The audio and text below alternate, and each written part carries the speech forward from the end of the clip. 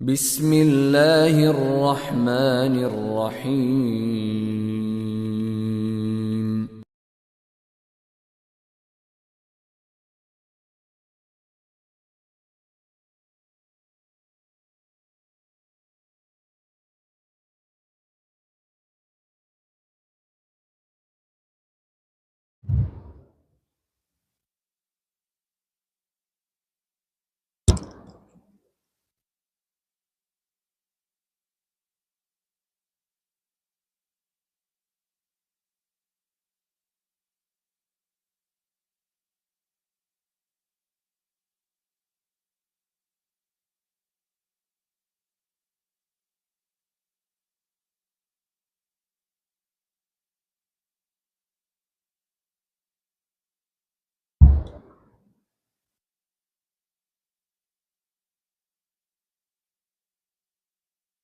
الحمد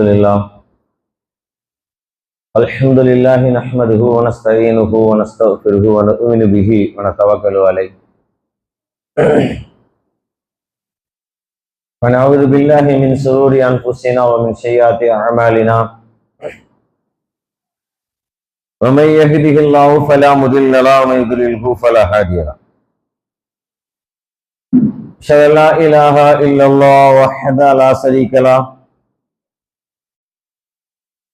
وأشهد أن محمدا عبده ورسوله اللهم صل على محمد وعلى آل محمد كما صليت على إبراهيم وعلى آل إبراهيم إنك حميد مجيد اللهم بارك على محمد وعلى آل محمد كما باركت على إبراهيم وعلى آل إبراهيم إنك حميد مجيد فقد قال الله تعالى في محكمه تنزيل العليم والقرآن العليم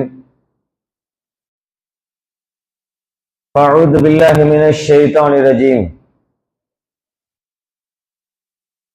يا أيها الذين آمنوا اتقوا الله حق تقاته ولا تموتن إلا وأنتم مسلمون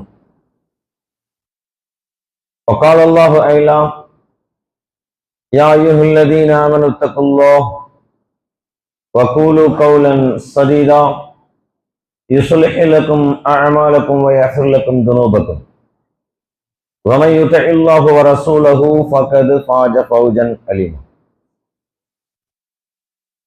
புகழனைத்தும்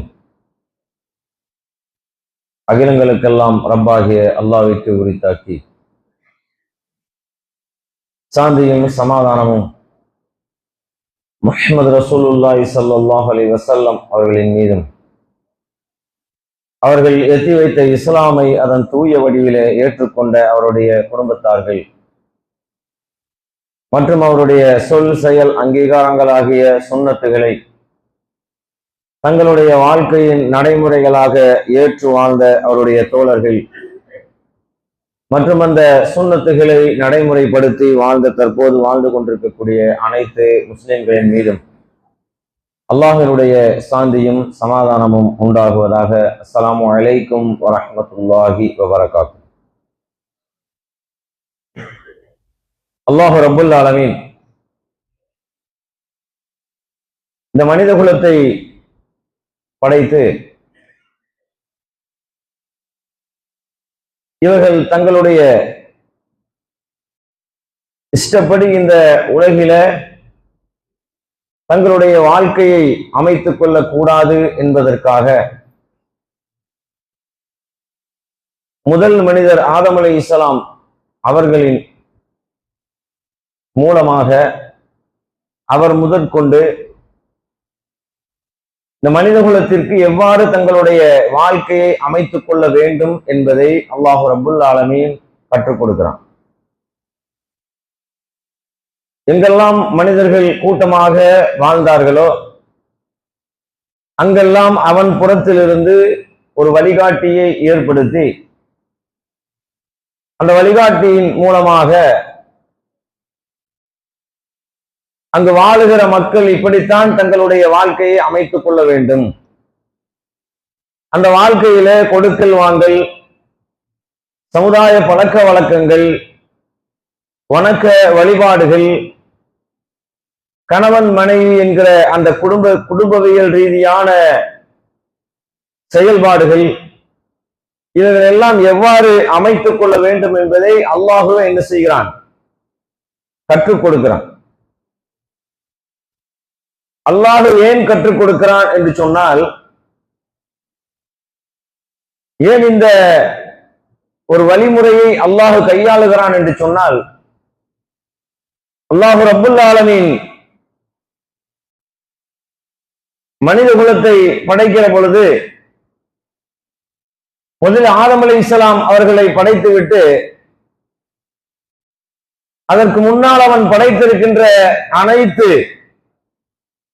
படைப்பினங்களும் ஆதம் அலைஹிஸ்ஸலாம் அவர்களுக்கு கட்டுப்பட வேண்டும்.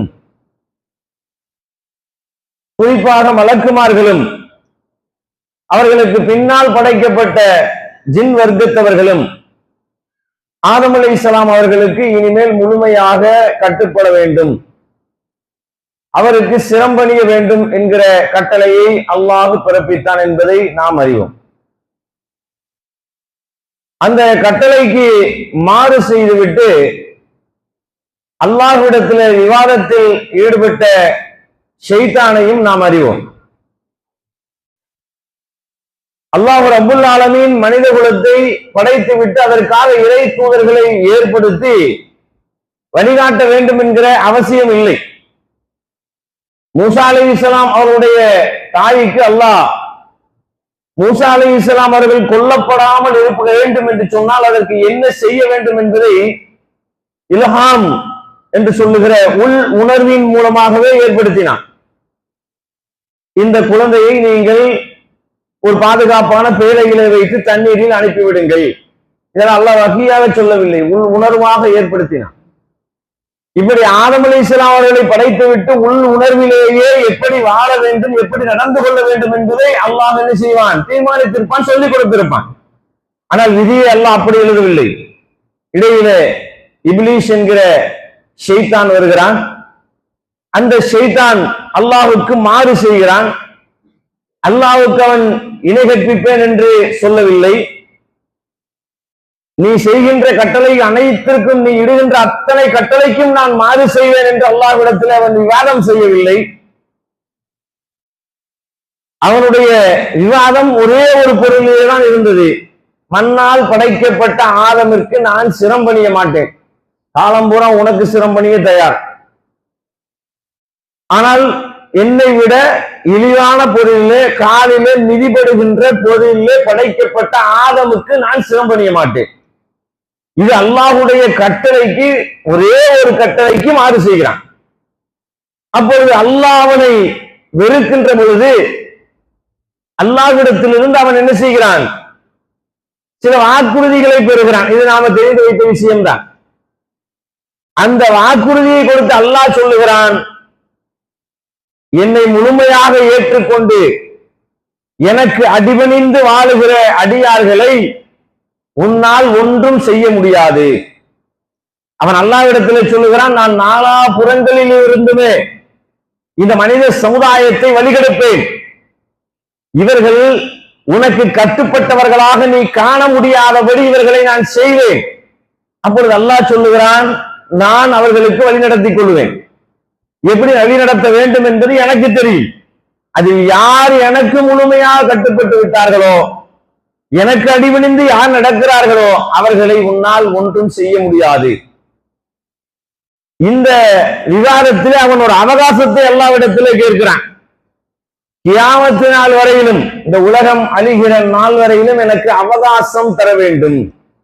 அதையும் அல்லாஹ் ரப்புல் ஆலமீன் ஷைத்தானுக்கு தருகிறான். இது தரலன்னு வச்சுக்கீங்களேன், அல்லாஹ் பயந்து தான் ஆயிடும். ஆனால் அல்லாஹ் என்ன செய்யறான்? நான் யாருக்கும் அல்லாஹ் யாருக்கும் அஞ்ச மாட்டான். இந்த ஒட்டுமொத்த உலகமும் அவனுக்கு அஞ்சி வாழ வேண்டும். அப்ப அல்லாஹ் என்ன செய்கிறான்? இதெல்லாம் ஒரு பெரிய விஷயமே இல்ல, அவகாசத்தை நீ எடுத்துக்கொள் என்று சொல்லுகிறான். இந்த ஷைத்தான் என்ன செய்கிறான் என்று சொன்னால், முழு நேரமும் தன்னுடைய வாழ்வினுடைய முழு நேரத்தையும் முழுமையாக ஒதுக்கி அல்லாஹ்வினுடைய இந்த மனித படைப்பை வழிகெடுக்க வேண்டும், இவர்கள் அல்லாஹ்விற்கு அடிபணிந்தவர்களாக இருந்து விடக்கூடாது, இவர்கள் அல்லாஹ்விற்கு மாறு செய்யக்கூடியவர்களாகவே இருக்க வேண்டும் என்கிற அடிப்படையில அல்லாஹ் இந்த சைத்தான் என்ன செய்கிறான், மனிதனோடு இருந்து கொண்டு மனிதனுக்கு அல்லாஹ்விற்கு மாறு செய்கின்ற அனைத்து செயல்களையுமே அவனும் நமக்கு சொல்லித் தருகிறான். அல்லாஹ் எப்படி இறை தூதர்களின் மூலமாக நமக்கு கற்றுத் தருகிறானோ சொல்லித் தருகிறானோ, அதே போல ஷைத்தான் தனது சகாக்களின் மூலமாக இந்த மனித குலத்தை வழிகெடுக்கின்ற அனைத்து செயல்களையும் அல்லாஹ் அந்த ஷைத்தான் என்ன செய்கிறான், மனித குலத்திற்கு சொல்லித் தருகிறான். அவனும் இந்த மனித சமுதாயத்தை வழிநடத்துகின்ற முயற்சியை செய்கிறான்.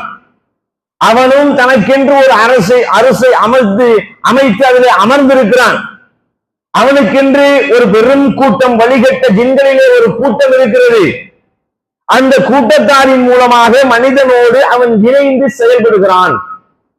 மனிதர்களும் உண்மையான ஷைத்தான்களும் இணைந்து செயல்படுகின்ற அளவிற்கு என்ன செய்கிறார்கள், ஒரு தொடர்பிலே இருக்கிறார்கள்.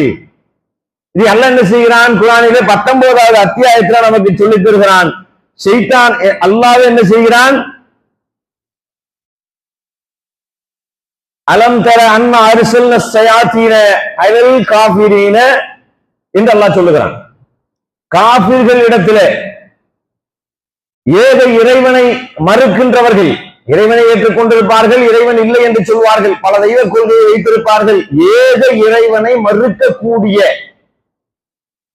இறை மறுப்பாளர்கள் இடத்திலே, ஏக இறை மறுப்பாளர்கள் இடத்திலே நாம் ஷயாத்தீன்களை அனுப்புகிறோம். ஒரு ஷைத்தான்ல பல ஷைத்தான்களை நாம் தான் அனுப்பி வைக்கிறோம். அவர்கள் என்ன செய்வார்கள், அல்லாஹ்வை ஏற்றுக்கொள்ள மறுக்கிற மக்கள் அந்த ஷைத்தானோடு தொடர்பிலே இருந்து இந்த மனித சமுதாயத்தை வழிகெடுக்கின்ற வேலையை செய்வார்கள். தஸ்ஸூஹும் அஸ்ஸா, அவர்கள் என்ன செய்கிறார்கள், அப்படி அனுப்பி வைக்கிறோம். அவர்கள் இந்த மனித சமுதாயத்தை வழிகேட்டிலே செலுத்தும்படி தூண்டிக்கொண்டே இருப்பார்கள். ஷைத்தான்கள் ஒரு குறிப்பிட்ட இறை மறுப்பாளரிடத்துல அல்லாஹ் அனுப்பி வைக்கிறான். அந்த ஷைத்தான்கள் அந்த குறிப்பிட்ட மனித இறை மறுப்பாளர்களிடத்திலே அமர்ந்து கொண்டு இந்த மனித குலத்தை வழிகெடுக்கின்ற வேலையை நீங்கள் செய்து கொண்டே இருங்கள் என்று அவர்கள் என்ன செய்கிறார்கள், இந்த ஷைத்தான்கள் இந்த மனித ஷைத்தான்களிடத்திலே சொல்லுகிறார்கள். இவர்கள் என்ன செய்கிறார்கள், இந்த மனித சமுதாயத்தை எப்படியெல்லாம் வழிகெடுக்க வேண்டும் என்பதை திட்டமிட்டு இந்த மனித குலத்திலே பரப்புகிறார்கள். அதற்கு என்ன பெயர் வைத்திருக்கிறார்கள் என்று சொன்னால் சுதந்திரமான வாழ்க்கை. அதுக்கு என்ன பெயர் வைத்திருக்கிறார்கள், நாம் சுதந்திரமாக வாழ வேண்டும், நாம் நினைத்ததை செய்ய வேண்டும், அதற்கு தடையாக யாரும் இருக்கக்கூடாது, எந்த மத போதனையும் இருக்கக்கூடாது, எந்த அரசினுடைய கட்டுப்பாடும் இருக்கக்கூடாது என்கிற ஒரு நிலைக்கு மனிதனை என்ன செய்கிறான், மனிதர்களோடு சேர்கின்ற ஷைத்தான்கள் உருவாக்குகிறார்கள். இந்த கற்பனை ஓட்டத்தை, கருத்தாக்கத்தை உருவாக்குகிறார்கள். உருவாக்கி இதன் அடிப்படையிலே வாழுகிற முயற்சியை மேற்கொள்கிறார்கள்.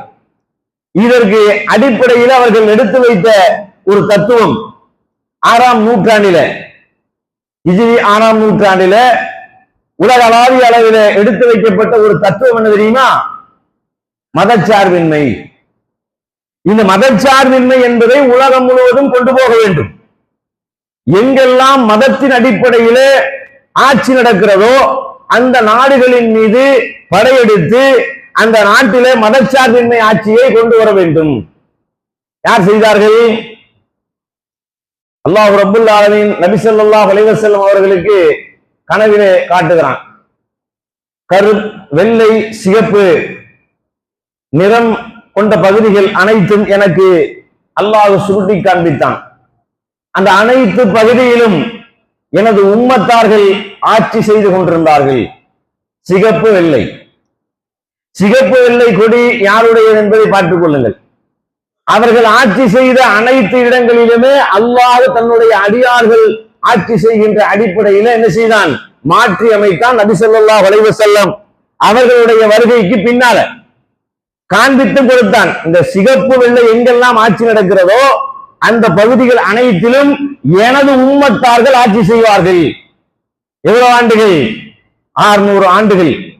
அதன் பிறகு மீண்டும் அந்த சிகப்பு வெள்ளை தன்னுடைய ஆட்சி அதிகாரத்தை இந்த உலகம் முழுவதுமே கொண்டு போய் சேர்ப்பதற்காக எடுத்துக்கொள்ளப்பட்ட ஒரு மோசமான கொள்கைதான் மதச்சார்பின்மை என்கிற கொள்கை. என்ன கொள்கை இது? மதச்சார்பின்மை என்கிற பெயரில எந்தெந்த பகுதிகளிலே கடவுள் கொள்கையோ அல்லது இஸ்லாம் போன்ற ஒரு மார்க்க அடிப்படையிலான கொள்கை வைக்கப்பட்டிருக்கிறதோ அந்த இடங்களில் எல்லாம் இவர்கள் படையெடுத்து சென்று அந்த பகுதியை கைப்பற்றி அங்கு இருக்கக்கூடிய ஒரு கடவுள் அடிப்படையிலான ஆட்சியை மதச்சார்பு ஆட்சியை அகற்றிவிட்டு மதத்தின் அடிப்படையிலே ஒரு அந்த மத புத்தகத்தின் அடிப்படையிலே கட்டுப்பட்டு வாழுகிற அந்த மக்களுக்கு அந்த கட்டுப்பாட்டில் இருந்து வெளியேற்றுகிறார்கள். ஒரு மன்னராட்சி நடந்து கொண்டிருக்கிறது என்று சொன்னால் அந்த மன்னனுடைய அந்த கட்டுப்பாட்டிலே வாழுகிற மக்களை அந்த மன்னரை அழித்தொழித்து அந்த மன்னராட்சியை அகற்றி அங்கே மதச்சார்பின்மை ஜனநாயகம் என்கிற ஆட்சியை அமைக்கிறார்கள். பிரிட்டிஷார்கள் தான், வேற யாரும் இல்ல. இவர்கள் செய்தனுடைய சூழ்ச்சி என்ன? இதனுடைய உள்நோக்கம் என்ன? உலகம் முழுவதும் இஸ்லாம் பரவி கொண்டிருக்கிறது. ஆனால் உலகம் முழுவதும் கிறிஸ்துவத்தை கொண்டு போய் சேர்க்க வேண்டும். கிறிஸ்துவத்தை கொண்டு போய் சேர்க்க வேண்டும் என்று சொன்னால் உலகிலே எந்த பகுதியிலுமே மதச்சார்பான ஆட்சி இருக்கக்கூடாது. அப்பதான் நம்ம மதத்தை கொண்டு போக முடியும். இது அவங்களுடைய திட்டம். பொதுவா எல்லா மதத்திற்குமே அனுமதி கொடுப்பதை போல அவர்கள் அந்த அனுமதியை கொடுத்து விட்டு தங்களுடைய அந்த கிறிஸ்துவ மதத்தை உலகம் முழுவதுமே பரவச் செய்தார்கள். எந்த இடத்திலுமே அவர்கள் கிறிஸ்துவ மதத்திற்கு எதிரான போரை அவர்கள் செய்ததே கிடையாது. எந்த நாட்டிலுமே அவர்கள் செய்தது கிடையாது. வரலாறு பூரா புரட்டி பார்த்தாலும் சரி. அப்ப என்ன செய்தார்கள்? இப்படியாக மதச்சார்பின்மை என்கிற தத்துவத்தை கொண்டு வந்தார்கள். இதனால் என்ன பயன் மனித குலத்திற்கு? மனித குலத்திற்கு என்ன பயன்? மனிதன் தான் விரும்பியதை போல கடவுளுக்கோ மதத்திற்கோ எந்தவித கோட்பாட்டிற்கோ கொள்கைக்கோ கட்டுப்படாமல் தாழ்ந்தோண்டித்தனமாக வாழலாம். இதுதான் சைத்தானிய சுதந்திரம். இந்த சுதந்திரத்தை மனித சமுதாயத்திற்கு கொடுத்தோம் என்று சொன்னால் அவர்கள் தங்களுடைய மன இச்சையின் அடிப்படையிலே வாழ்ந்து கொள்வார்கள்.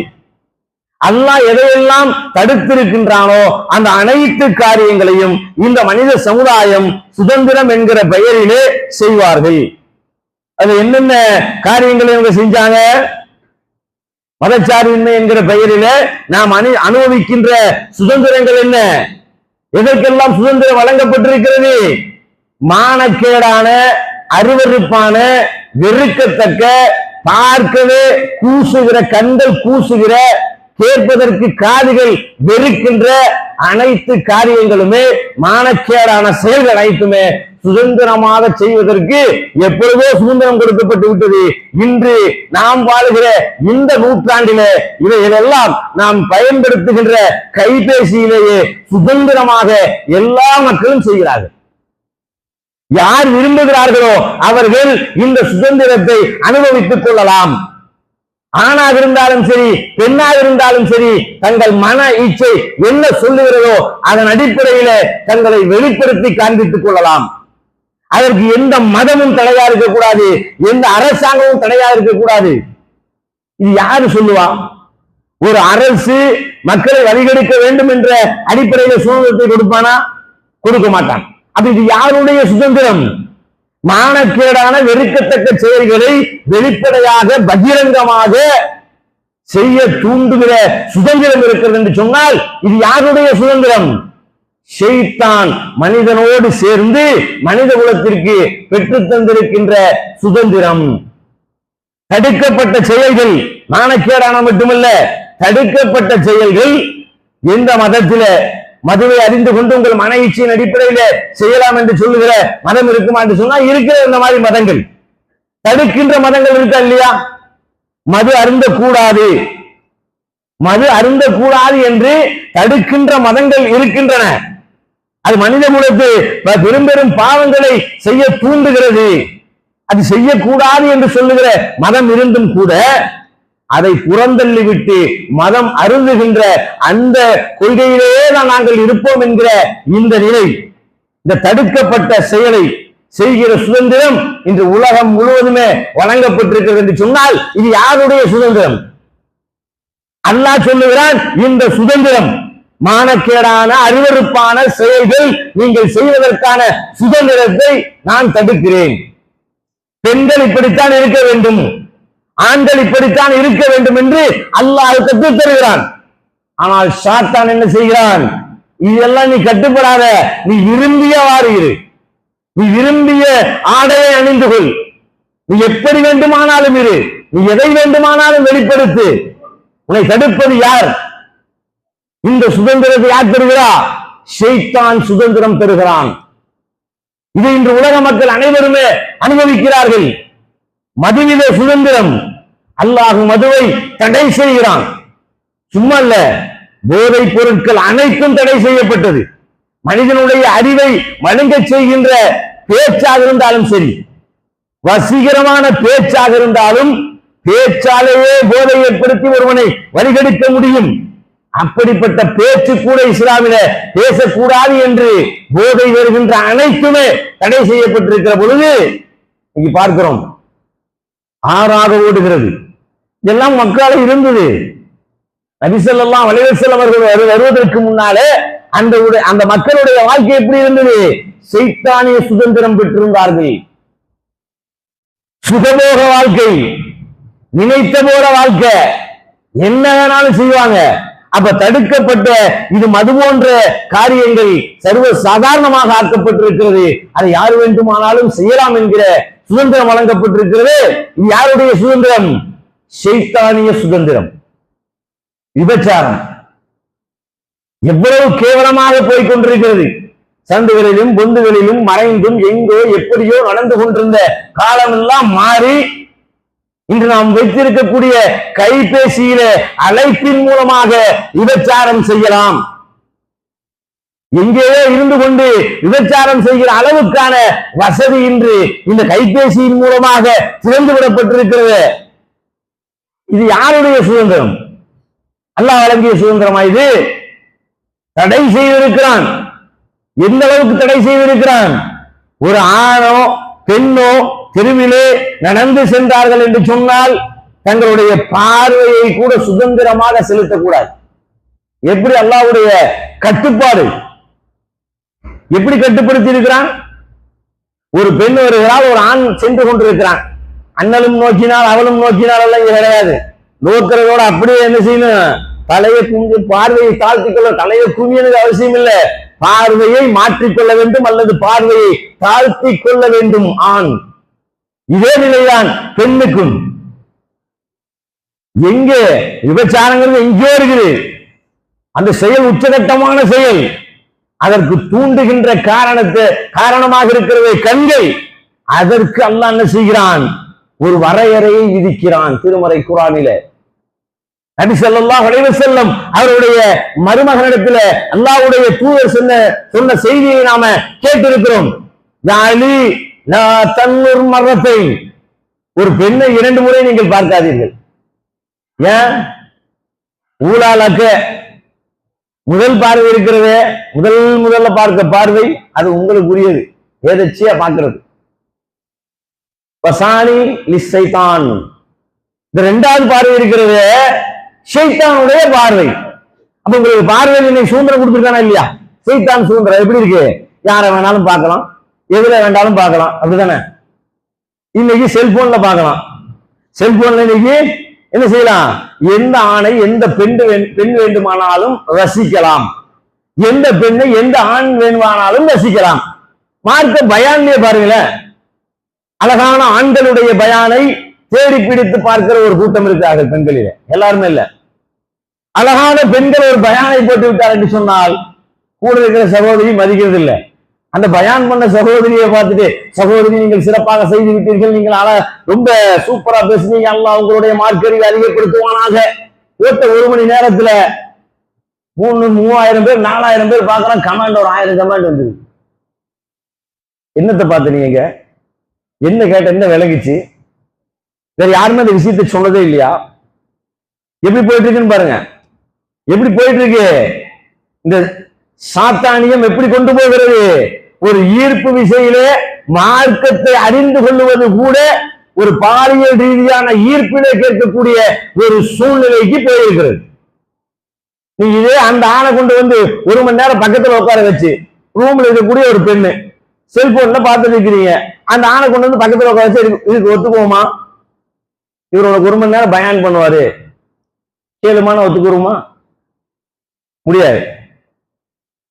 அப்ப பார்வைங்கிற அந்த அளவுகோல் அல்ல என்ன செய்கிறான், நீங்கள் இவ்வளவுதான் பார்க்க வேண்டும், இதைத்தான் பார்க்க வேண்டும், இதையெல்லாம் நீங்கள் பார்க்க கூடாது என்கிற கட்டுப்பாட்டை அல்லாஹ் நபி ஸல்லல்லாஹு அலைஹி வஸல்லம் அவர்கள் மூலமாக பல செய்திகளின் மூலமாக அல்லாஹ் நமக்கு சொல்லித் தருகிறான்.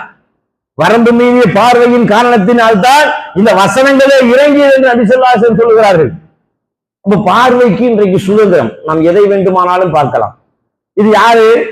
ஷைத்தான் என்ன செய்கிறான், அல்லாஹ் அனுப்பி வைத்தானே ஷைத்தான்களை இறை மறுப்பாளர்களிடத்தில் ஒரு சாரார் இடத்தில் அனுப்பி வைக்கிறானே, இந்த 2 பேருடைய கூட்டு முயற்சி இந்த மனித சமுதாயத்திற்கு பார்வையில் வழங்கப்பட்டிருக்கிற சுதந்திரம் நான் எதை வேண்டுமானாலும் பார்க்கலாம் என்கிற நிலைக்கு செல்கிறோம்.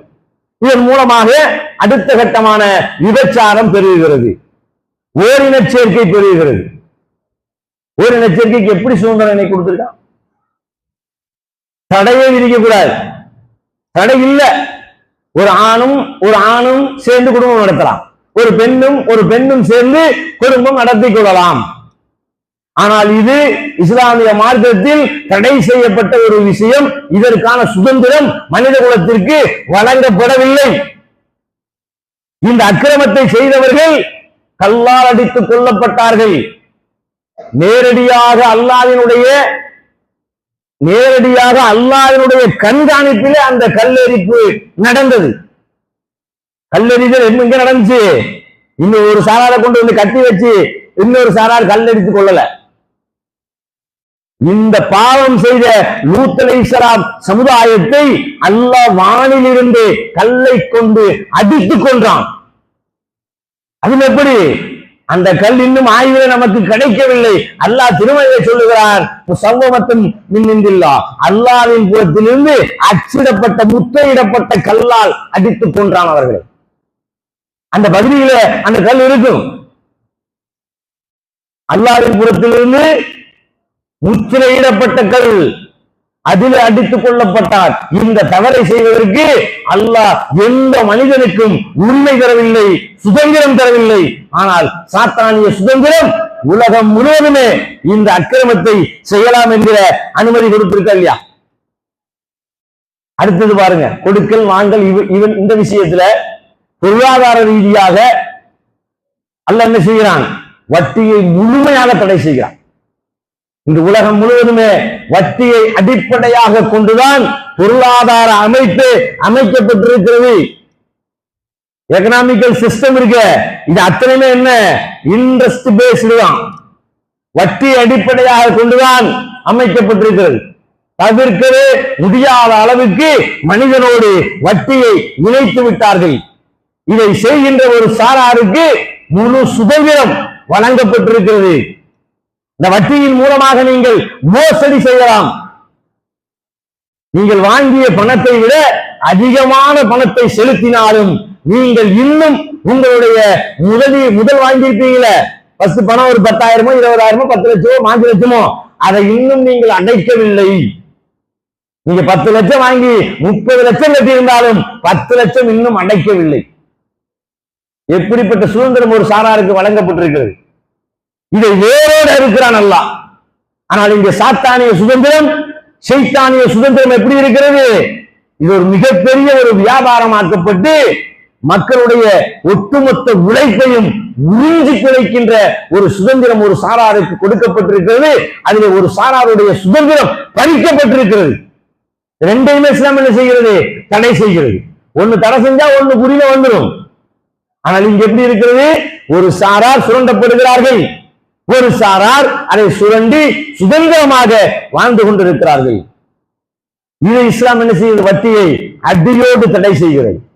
வட்டியிலே ஈடுபடுகிறவன் அல்லாஹ்வோடும் அல்லாஹ்வுடைய தூதரோடுமே போர் பிரகடனத்தை செய்கிறான் என்கிற அளவிற்கு வன்மையாக கண்டிக்கப்பட்ட ஒரு தடுக்கப்பட்ட செயல் இந்த சுதந்திரமாக செய்யப்படுகிறது என்று சொன்னால் இது யார் வழங்கிய சுதந்திரம்? இதுதான் சாத்தானிய சுதந்திரம். சாத்தானை இருக்கிற என்று சொல்லக்கூடிய ஒரு கூட்டம் இருக்கு. அந்த கூட்டமே என்ன செய்கிறது? வட்டி அடிப்படையாக வைத்துத்தான் தொழிலையே செய்து கொண்டிருக்கிறது. அவங்களுக்கு வழிகாட்டியது யாரு? சைத்தான் தான். ஆனா நாங்களும் சைத்தானை வெறுக்கிறோம், சாத்தானை வெறுக்கிறோம் என்று சொல்வார்கள். ஆனால் உலகம் முழுவதுமே இந்த வட்டி அடிப்படையான தொழிலை செய்யக்கூடியவர்களே இவர்களாகத்தான் இருக்கிறார்கள். அடுத்தது அதே போல பாத்தீங்கன்னு சொன்னா சூதாட்டம். இதை இஸ்லாம் என்ன செய்கிறது? தடை செய்திருக்கிறது. இங்க எப்படி சுதந்திரம் வழங்கப்பட்டிருக்கிறது? முள்ளு வேலியில போய் உட்காந்து சூதாண்டிங்கன்னா புடிச்சிட்டு போயிடுவான். பார்ல போய் சூதாட்ட பார் இருக்குமா இல்ல கிளப், அங்க போய் ஆண்டிங்கன்னா பிடிக்க மாட்டான். லைசன்ஸ் இருக்கணும், பணம் கட்டிட்டீங்கன்னா அவங்களுக்கு ஃபுல் சுதந்திரம் இருக்கு. இப்போ ஆன்லைன் ரம்மி முஸ்லிம்களும் விளையாடுறாங்க. அதுபோக இன்னொரு சூதாட்டம் என்ன? லாட்டரி சீட்டு தடை செய்யப்பட்டிருக்கிறதுன்னு சொல்லுவாங்க. ஆனா இங்க இருந்து பக்கத்து மாநிலத்துல 3 நம்பர் போடுறோமா இல்லையா? நம்ம ஆளுல முஸ்லிம்களை சுதந்திரம் இருக்குது. நீ போய் சொல்ல முடியுமா அவன்கிட்ட நீ ஹராம்பா செய்யக்கூடாதுன்னு சொன்னா ஆமாங்க பையன் கேட்டுவாங்க, அவ்வளவுதான். ஆனா அவன் சுதந்திரத்தை நீ தடுக்க முடியாது. அவனுக்கு சுதந்திரம் வழங்கப்பட்டிருக்கிறது. இது போன்ற சூதாட்டத்தை அவர்கள் செய்வார்கள், மக்கள் செய்வார்கள். இதை தடுப்பதற்கு நமக்கு ஏதாவது அனுமதி இருக்கிறதா, உரிமை இருக்கிறதா, முடியுமா என்று சொன்னால் முடியாது. ஏன்? இது சுதந்திரம் வழங்கப்பட்டு விட்டது. இது யார் வேண்டுமானாலும் விரும்பியவர்கள் செய்து கொள்ளலாம். செய்யும் பொழுது என்ன செய்ய வேண்டும்? இது அபாயத்திற்கு உட்பட்டது, சந்தை அபாயங்களுக்கு உட்பட்டது, பார்த்து செய்து கொள்வது உங்களை அடிமையாக்கும், இல்லை என்றால் பண இழப்பு ஏற்படும், எச்சரிக்கையாக இருந்து கொள்ளுங்கள் சொல்லிடுவான் அவனை. புரியுதா? எச்சரிக்கையா இருந்தா நீ ஜெயிச்சுக்கலாம், இல்லைன்னா நாங்க சுரண்டிடுவோம். அப்ப என்னாச்சு? ஒரு சாரார் இதிலும் சுரண்டி பிழைப்பதற்கு ஒரு பெருங்கொண்ட மக்களிடமிருந்து ஒரு பெருங்கொண்ட தொகையை சுருட்டிக் கொள்வதற்கான சுதந்திரம் ஒரு சாராருக்கு வழங்கப்பட்டிருக்கிறது. இப்படிப்பட்ட சுதந்திரத்தை இஸ்லாம் விரும்புகிறதா? இந்த சுதந்திரம் மனித குலத்திற்கு தரக்கூடாது என்றுதான் அல்லாஹ் மதுவை தடை செய்கிறான், சூதாட்டத்தை தடை செய்கிறான், விபச்சாரத்தை தடை செய்கிறான், ஓரின சேர்க்கையை தடை செய்கிறான். இவை அனைத்தையும் தடை செய்து எனக்கு சுதந்திரம் இருக்கிறது, நான் மனிதன் விரும்பியதை செய்வேன் என்றெல்லாம் நீங்கள் செய்ய முடியாது. வட்டியை தடை செய்கிறான், வட்டியின் மூலமாக நடத்தப்படுகின்ற மோசடிகளை அல்லாஹ் தடை செய்கிறான். சுரண்டல், பதுக்கல், கலப்படம், இவை அனைத்தையுமே இஸ்லாமிய வணிகவியல் படித்தீர்கள் என்று சொன்னால் இவை அனைத்தும் தடை செய்யப்பட்டிருக்கிறது. நமக்குதான் வணிகவியலும் இஸ்லாமிய வணிகவியலை பற்றி சொல்லிக் கொடுத்திருக்கிறார்களா? பற்றி முழுமையா தெரியுமா நமக்கு? இஸ்லாமிய வணிகத்திலே எதை தடை செய்யப்பட்டிருக்கிறது? அதிகபட்சமா குர்ஆன் வசனம், அளவு நிறுவையில் மோசடி செய்யாதீர்கள். இது மட்டும்தான் நமக்கு தெரியும். வேற என்னென்ன வகையில வணிக ரீதியான மோசடிகள், சுரண்டல்கள் நடந்து கொண்டிருக்கிறது? இது முழுமையாக நமக்கு கற்பிக்கப்பட்டிருக்க வேண்டும் சொன்னால் ஆலிம் சார் தெரியுங்க, மாசால சொல்லிக் கொடுப்பாங்க. ஆலிம்களுக்கு மதரசாவிலே சொல்லித் தருவார்கள். ஆனால் அதை இன்னைக்கு மக்கள்கிட்ட பேச முடியுமா? சொல்லித் தராங்களானா இல்ல. ஏன்னா அது மக்கள் கேட்கிற மாதிரி இல்ல, விரும்பி கேட்கிற மாதிரி இருந்தா தான் சொல்லித் தர முடியும். உலகில் அமைக்கப்பட்டிருக்கக்கூடிய பொருளாதாரம் வியாபாரத்தை அடிப்படையாக கொண்டுதான் உலக பொருளாதாரமே அமைக்கப்படுகிறது. அந்த வியாபாரத்தை நீங்கள் எப்படி அமைத்துக் கொள்ள வேண்டும் என்பதை மிகச் சிறந்த அளவில முறையில இஸ்லாம் மட்டும்தான் இந்த உலகத்திற்கு வழிகாட்டுகிறது. அதில் ஒவ்வொரு வியாபாரத்தை செய்யக்கூடியவர்கள் எனது தனி உரிமை, எனது சுதந்திரம், நான் எப்படி வேண்டுமானாலும் வியாபார கொள்கை அமைத்துக் கொள்ளுவேன், முடியாது, செய்ய முடியாது. அதிலே உனக்கு சுதந்திரம் வழங்கப்படவில்லை. படைத்த இறைவன் நான் வழங்குகிற வழிமுறையை பின்பற்றினால் மட்டும்தான் உன்னை போன்ற செல்வந்தர்களும் வியாபாரத்தின் மூலமாக பொருளை திரட்ட முடியும். உன் மூலமாக பொருள்களை வாங்குகிற மக்களும் தங்களுடைய பொருளை தங்களுடைய காசுக்கு தகுந்தாற் போல பெற்று மன நிம்மதியாக இருக்க முடியும். கலப்படம் செய்யவே கூடாது இஸ்லாம்ல. சர்க்கரையில பிளாஸ்டிக் துகள் செய்தித்தாள வருது. சர்க்கரை என்ன மிக்ஸ் பண்றான்? அஸ்கா சர்க்கரையில பிளாஸ்டிக் துகள்கள் உப்புலையும் மிக்ஸ் பண்றாங்க. நீங்க ரெண்டையுமே போட்டீங்கன்னா கரைஞ்சிடும். ரெண்டையும் போட்டு கொதிக்க வைக்கும் போது அதுக்கு உருகி அப்படியே அதை அப்படியே நம்ம என்ன செய்வோம், சூட்டோட சூடா அப்படியே குடிச்சிருவோம். அப்படியே ஒருவேளை கொஞ்சம் ஆறுச்சுன்னா ஆடை போல மேடை கட்டும், அவ்வளவுதான், தெரியவே தெரியாது. இது யார் எப்படி இந்த செயலை செய்கிறார்கள்? இதை செய்தால் இதனால் நாம பாதிக்கப்பட்டோம் என்று சொன்னால், ஒருவேளை அரசாங்கம் நம்மை கைது செய்தது என்று சொன்னால், அதிலிருந்து வெளியே வருவதற்கான சுதந்திரம், லஞ்சம் என்கிற சுதந்திரம் கொடுக்கப்பட்டிருக்கிறது. அல்லாஹ் திருமறையில தடை செய்கிறான். லஞ்சம் என்ற சுதந்திரம் எல்லாம் முஸ்லிம்களுக்கு கிடையாது.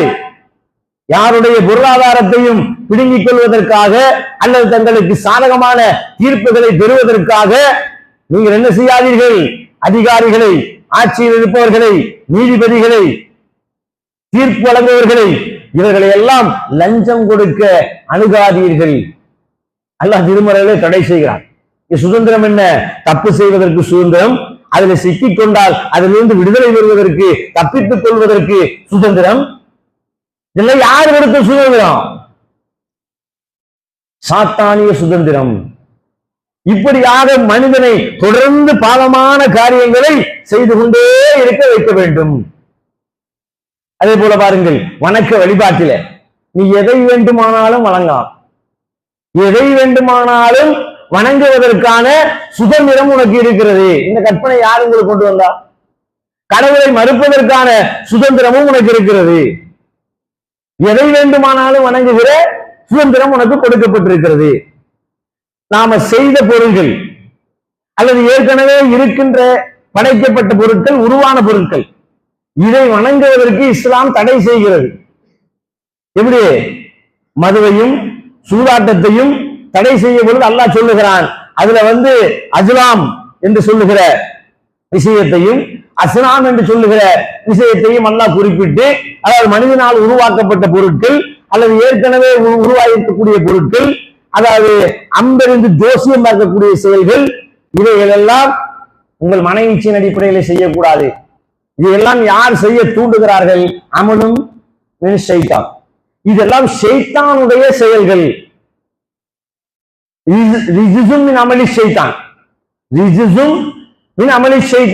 ஷைத்தானுடைய அமல்கள்ல அருவருப்பான காரியங்கள், இவையெல்லாம் தடுக்கப்பட்டவைகள், மோசமான செயல்கள். இவற்றை நீங்கள் செய்யக்கூடாது என்று அல்லாஹ் முஸ்லிம்களுக்கு தடை செய்கிறான். அப்ப பாருங்க, வணக்க வழிபாட்டிலே ஒரு சுதந்திரம் வழங்கப்பட்டிருக்கிறது. எப்படி? நீங்க எதை வேண்டாலும் வணங்கலாம், எதை வேண்டுமானாலும் வணங்கலாம். படைக்கப்பட்ட மலத்தை உண்ணுகிற ஒரு உயிரினத்தை கூட நீங்கள் வணங்கலாம். அதற்கு நீங்கள் கடவுள் அங்கீகாரத்தை கொடுக்கலாம். யார் கொடுத்தது? மலத்தை திங்குகிற மனிதனை பார்த்தா நம்ம அறிவுறுமா இல்லையா? சரி, மனுஷங்கிற 6 அறிவு கொடுக்கப்பட்ட சாப்பிடறான், என்ன இவ்வளவு கேவலமா இருக்கிறான் அப்படின்னு நினைப்போம். ஒரு அறிவு கம்மியா இருக்கக்கூடிய உயிரினங்கள் ஏதாவது மனிதனுடைய மலத்தை உட்கொள்ளுகிறது என்று சொன்னால் அதை நீ கடவுளா பாத்தியா முதல்ல?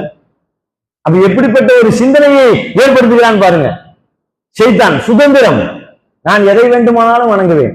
அது கேட்டு நீ யாரு? இது என்ன செய்யறான்? ஷைத்தான் இந்த மனித குலத்துல கொண்டு சேர்க்கிறான். எப்படி வேணாலும் இரு, எதை வேணாலும் வணங்காம போ. ஆனா என்ன செய்யாத, இந்த உலகத்தை எல்லாம் படைத்திருக்கிறேன், அகிலங்களுக்கெல்லாம் நான் தான் ரப் என்று சொல்லுகிறானே, அவன் பக்கம் போயிடாத. அவன் பக்கம் போனேன்னா இதுக்கெல்லாம் உங்களுக்கு என்ன ஆகும்? கட்டுப்பாடுகள் இருக்கும். அதே பாருங்க, மனித உரிமைகளில வழங்கப்பட்டிருக்கக்கூடிய சுதந்திரம் இருக்கிறது. எப்படி? தீண்டாமை. அடியோடு இஸ்லாம் தடுத்தது தீண்டாமைய. உயர்ந்த ஜாதி மேல் ஜாதி என்கிற மேல் ஜாதி கீழ் ஜாதி, உயர்ந்தவன் தாழ்ந்தவன் ஜாதி ரீதியாக. ஜாதி என்று சொன்னால் தமிழ் வார்த்தையே கிடையாது. நாம நினைச்சிருக்கோம் ஜாதி தமிழ் வார்த்தைன்னு. தமிழ்ல அப்படி ஒரு வார்த்தையே இல்லை. தமிழ்ல ஜாதிங்கிற வார்த்தையே இல்லை. குலம், கோத்திரம், இதுதான் எல்லா இடத்துலயுமே இருக்குது. குரான்ல எல்லாம் சொல்லுவாங்க, உங்களை குலங்களாகவும் கோத்திரங்களாகவும் ஆக்கி இருக்கிறோம். குலங்களாகவும் கோத்திரங்களாகவும் நீ தாரப்பு, நீங்கள் ஒருவர் அறிந்து கொள்வதற்காக நாம் அப்படி செட்டப் பண்ணிருக்கோம். இந்த ஜாதி அப்படிங்கிறது எங்க இருந்துச்சு அப்படின்னு பாத்தீங்கன்னா, இது ஒரு அரபி வார்த்தை தான். தாத். தாத் என்று சொன்னால் தால், புள்ளி வச்ச தால் இருக்கு. இந்த புள்ளி வச்ச தாலுக்கு பாரசீலையும் உருதுலையும் ஜா சொல்லுவாங்க. ஜா அப்ப தாத்து என்பதை ஜாத்து என்பார்கள்.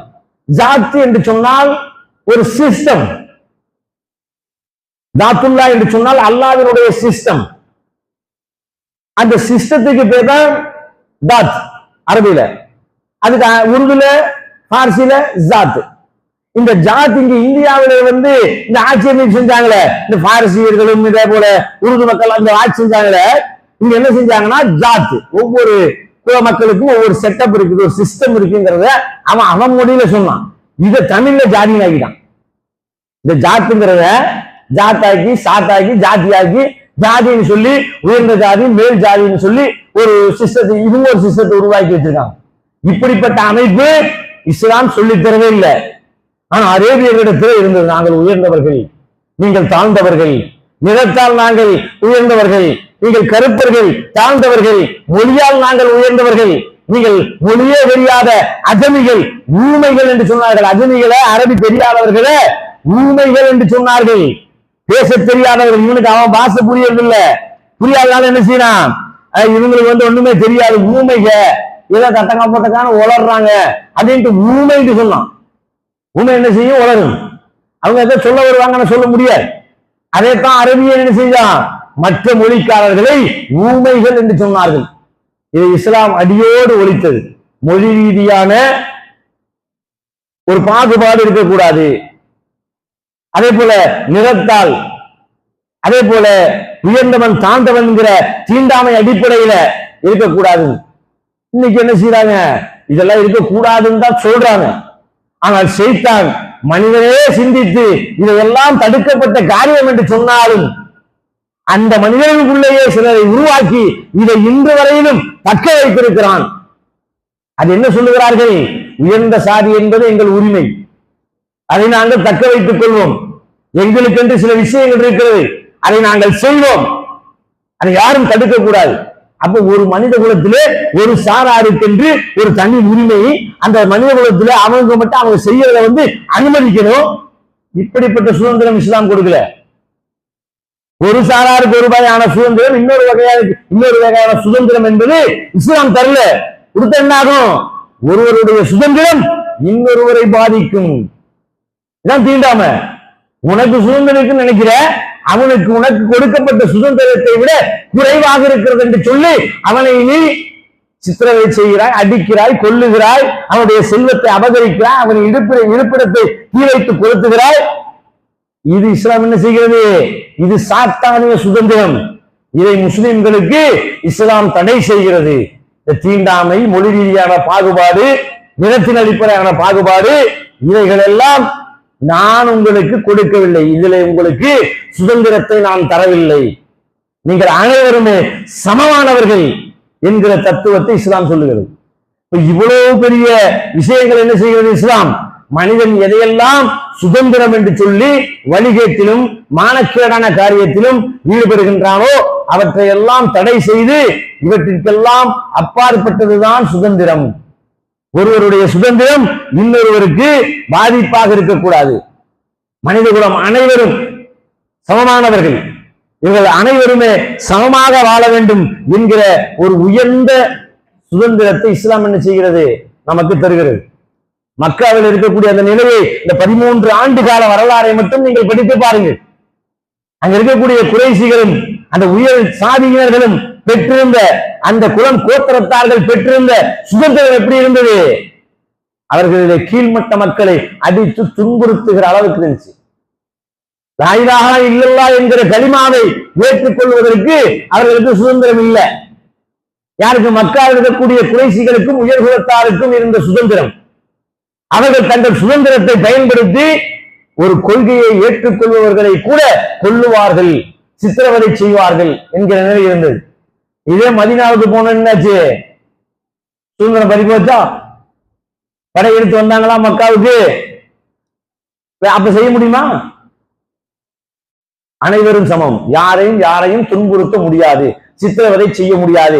எந்த வழியில, சும்மா தலையில முடிய பிடிச்சு அடிச்சு உதைக்கிற சித்திரவதை மட்டுமல்ல, பொருளாதார ரீதியாக, உணர்வுகள் ரீதியாக, பாலியல் ரீதியாக, கொடுக்கல் வாங்கல் ரீதியாக, பொருளாதார ரீதியாக எந்த மனித கூட்டமும் எங்களுக்கு தனி சுதந்திரம் இருக்கிறது, நாங்கள் நினைத்ததை செய்வோம் இதற்கு மற்றவர்கள் அடிபணிந்துதான் இருக்க வேண்டும் என்கிற தத்துவத்தை முழுமையாக அழித்து இஸ்லாம் அல்லாஹ்வின் புறத்திலிருந்த மனித குலத்திற்கு சுதந்திரம் வழங்கியது.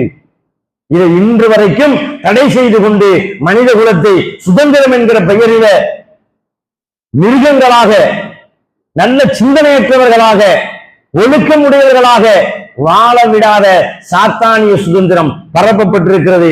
எனவே இந்த சாத்தானிய சுதந்திரத்தை குறித்து நாம் என்ன செய்ய வேண்டும்? எச்சரிக்கையாக இருக்க வேண்டும். இன்றைய தலைமுறைக்கு நாம சொல்லணும், சைத்தானுடைய சுதந்திரம் என்னென்ன இருக்கு, இவற்றிலெல்லாம் நீங்கள் ஈடுபட்டு விடாதீர்கள். இதையெல்லாம் உங்களை வழிகேட்டிலே கொண்டு போகும். இதற்கு எதிரான சிந்தனையை வளர்த்திக் கொள்ளுங்கள். அல்லாஹ் உங்களுக்கு வழங்கியிருக்கக்கூடிய சுதந்திரத்தை முறையாக பயன்படுத்திக் கொள்ளுங்கள் என்று இந்த மனித சமுதாயத்திற்கு நாம் என்ன செய்யணும்? நம்ம சந்ததிகள் மூலமாக கற்பித்து அதை கொண்டு போய் சேர்க்கக்கூடிய செயலை செய்ய வேண்டும். அல்லாஹ் ரப்புல் ஆலமீன் இதன் மூலமாக செயல்படுவதற்கு நம் அனைவருக்கும் உதவி செய்வானாக. வாஹிரு தாவானா ரப்பில் ஆலமீன். அஸ்ஸலாமு அலைக்கும் வரஹ்மத்துல்லாஹி வபரகாத்துஹு.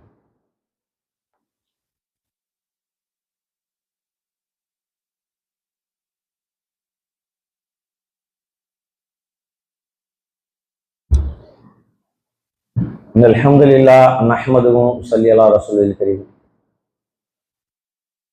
எல்லாம் உள்ள அல்லாஹ்வின் நல்லடியார்களே, நாம் இங்கே பெற்றிருக்கக்கூடிய சுதந்திரத்தை நேற்றைய தினம் கொண்டாடினோம். அதை பற்றி நாம் இப்போ ஒன்றும் சொல்லலை. பொதுவாக சுதந்திரம் என்றால் என்ன? அது யார் புறத்திலிருந்து மனித குலத்திற்கு கிடைக்க வேண்டும்? அந்த சுதந்திரம் எப்படி இருக்க வேண்டும்? அந்த மனித குலத்திற்கு கொடுக்கப்பட்டிருக்கக்கூடிய சுதந்திரம் ஒரு குறிப்பிட்ட சாராருக்கு சாதகமாகவும் ஒரு சாராருக்கு பாதகமாகவும் அமைந்துவிடக் கூடாது. அதே போல செயல்பாடுகளில் எனக்கு சுதந்திரம் இருக்கிறது என்பதற்காக மனித குலத்தில் ஒரு சாராருக்கு எதிரான செயல்கள் அமைத்து விடக்கூடாது. அதுல எல்லாமே அடங்கும். கணவன் மனைவி உறவு, வியாபாரம், நண்பர்கள், கொடுக்கல் வாங்கல், சமுதாய ஒற்றுமை, இவை அனைத்திலுமே என்ன செய்யக்கூடாது? எந்த வகையிலுமே ஒரு சாரார் தங்களுக்கு சுதந்திரம் இருக்கிறது என்பதை சொல்லிக் கொண்டு அதை பயன்படுத்தி இன்னொரு சாராருக்கு எதிரான செயல்களை செய்யக்கூடாது. அதே போல எங்களுக்கு எங்க பகுதியில சுதந்திரம் இருக்குது என்கிற எண்ணத்தோடு என்ன செய்யக்கூடாது? இன்னொரு பகுதியினரை இழிவுபடுத்துவது, கேவலப்படுத்துவது, அசிங்கப்படுத்துவது, அந்த ஒரு பகுதியில் இருக்கக்கூடிய மக்களை அழிப்பது, இது போன்ற காரியங்களையும் செய்யக்கூடாது. எல்லாத்தையும் எல்லா தடை செஞ்சான். சுதந்திரம் என்பது ஒரு கட்டுப்பாட்டுக்கு உட்பட்டதாக இருக்க வேண்டும். அளவுகோலை கொடுத்திருக்கிறான். அந்த அளவுகோல் தான் 10 ஆண்டுகளில் மட்டுமல்ல, 23 ஆண்டுகள் நபி ஸல்லல்லாஹு அலைஹி வஸல்லம் உடைய அந்த வாழ்க்கை சுதந்திரமான வாழ்க்கை அமைத்துக் கொடுத்தார்கள். பகிரங்கமாக வாழக்கூடிய வாழ்க்கை அமைத்துக் கொடுத்தார்கள். ஆனால் யாருக்கும் எந்த சூழ்நிலையிலும் எந்த வகையிலும் பாதிப்பில்லாத சுதந்திரம். எந்த வகையிலும் என்று சொன்னால், நீங்கள் ஒவ்வொரு வகையிலும் உங்களுடைய உரிமைகளை இழந்திருப்பீர்கள், பாதிக்கப்பட்டிருப்பீர்கள், பிறரால் மன நோவினைப்படுத்தப்பட்டிருப்பீர்கள். இது போன்ற எல்லா காரியங்களையும் யோசிச்சு பாருங்க. ஒருவனுடைய சுதந்திரம் இன்னொருவருக்கு பாதிப்பை ஏற்படுகிறது என்று சொன்னால் அந்த சுதந்திரத்தை இஸ்லாம் ஒரு காலம் அனுமதிக்கவில்லை.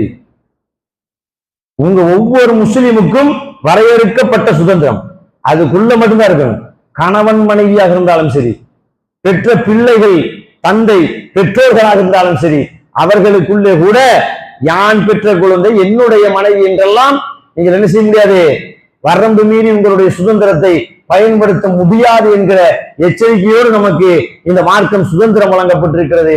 இந்த சுதந்திரம் இந்த உலக மக்கள் அனைவரும் பெறுவதற்காக நாம் அல்லாஹ்விடத்திலே பிரார்த்தனை செய்வோமாக. வாக்கிரு தாவானா ரப்பில் ஆலமீன். அஸ்ஸலாமு அலைக்கும் வரஹ்மத்துல்லாஹி வபரகாத்துஹு. இது போன்ற மார்க்க சொற்பொழிவுகள் மற்றும் இஸ்லாமிய காணொளிகளுக்கான நமது தமிழ் இஸ்லாமிக் ஃபுட்டேஜ் என்கிற யூடியூப் சேனலை சப்ஸ்கிரைப் செய்து கொள்ளுங்கள். ஜஸாக்குமுல்லாஹு கைரன் கஸீரா.